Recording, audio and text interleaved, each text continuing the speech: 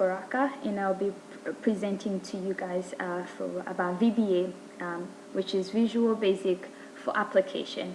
Now, there's a lot of application that VBA is used in, and as a matter of fact, VBA is actually a standard feature for Microsoft Office products. So that includes Access, Microsoft Word, Microsoft PowerPoint, Excel, and all that. So, and today we're just going to be looking into Excel, and I'm going to just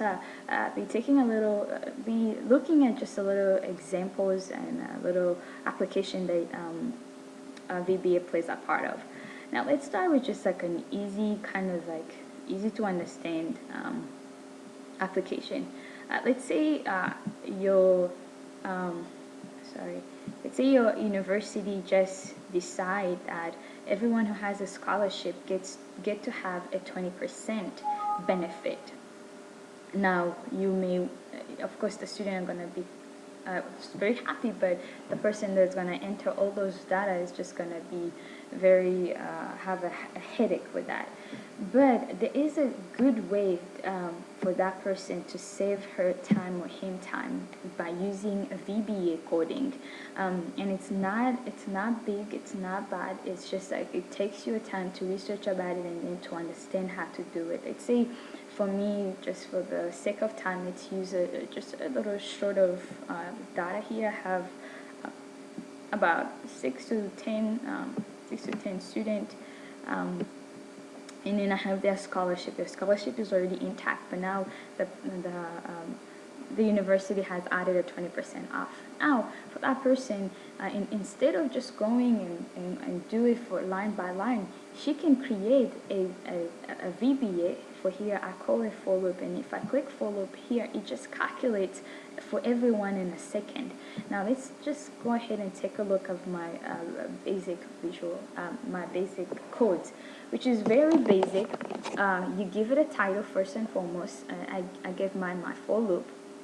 You define your cells, you define your active cells in your Excel sheet, and then you say the range, what kind of where it starts and where it finishes, and then you define your equation, which says that for benefit, to calculate those benefits, the 20% benefit, you will take the scholarship and you will times that benefit, and then for the whole package you will add the benefit and the scholarship and all that. And if you want to go ahead and be creative and add colors and all of that, you can also use it by using if then.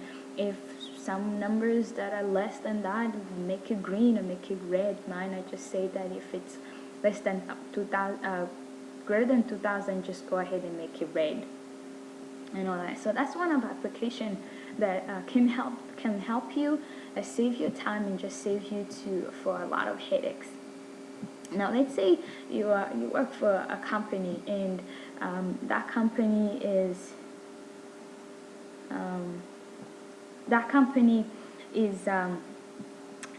producing parts, and is trying to figure out how many parts should they make or should they produce in order to maximize their profit. Now they present you the case, they present you their tables and their question being that they produce chassis, LCO, screen, speakers, and power supplies and electronics, but they're trying to figure out that how many LCD TV parts, serial parts, and speaker parts should they make with that kind of inventory that we have here. Now you can make a model just to in order to understand it very well, and then your model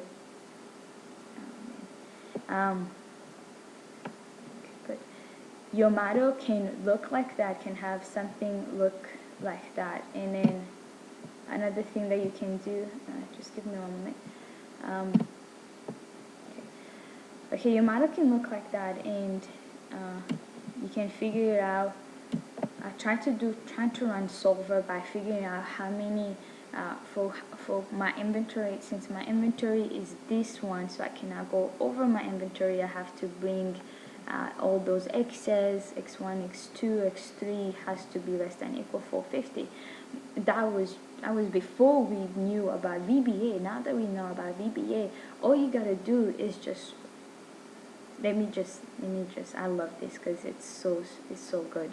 You run solver, you click a button, and your numbers are right there. Now let's take a look at the Visual Basic Code. They are very easy to understand. If you knew your linear programming codes, linear programming equations, this should be easy to understand. You have your constraint, and you have that your used should be less than equal to your inventory, and then you have your variables that they have to be greater than equal to 0, and they have to be integers. And then these relations here, just 1 means that it has to be less than equal to, 3 means that it has to be greater than equal to, and then 4 means that it has to be integer. For number 2, it normally means that it has to be equal to, and then for number 5, it just means that it has to be a binary. And now for your max or minimize, if you want to maximize, you set this word here to 1, and if you want to minimize, you set it to 2. That's just the basic language for VBA. And then the other thing you got to make sure of is just to turn your preferences, and you have to click your solver and all that. And then, yeah, then you run it, and yeah, voila, you have it there. And that just saves you time, a lot of time. And also you create charts, and just for the sake of time right here, I have my charts right here, and you can see a beautiful chart being created by parts by product, and you can see your how your availability was used and all that. So that's another application that you can use VBA to save time, to save your headache about tons of equations that you're supposed to do, but VBA is there to help you out. Now, there's another way too. There's another application that in case you don't have data, or you're trying to figure out a model to come in, but you don't want to use your data, you want to export for somewhere else, you can do it too. You can do it using Access. Access is a good place to find data that are not typically yours, but that can be used. And also you can, with Access, with Excel, you can do web inquiries, which you can just go to web, and they can send you the data here. Just for the sake of time, this is my macro here. If I click it, it will give me just this exact same table here. And how I got this macro, I went to data, and then you do from Access. Now you see from Access, you have from web, from text, and from other sources, and that's where you go for your internet and all that. But with also Access, it has a macro, and then you can go into Access, and then you can set up a macro that will link to Excel, and that link will still be there. So that's another thing just to consider, to how, like, if you change something into Excel, you don't have to go back in Access and change it, because if you link them together, it would save you time. But here I did this is a huge table here, and it has a lot of good data that you can pull out, and you can use it for a model or whatever. So with that, you can use what we call SQL, or you can use pivot table. With SQL, it's a good, very highly language, and very well to take out exact data that you want. With pivot point, you just take some column and all that, and which I did pivot point here.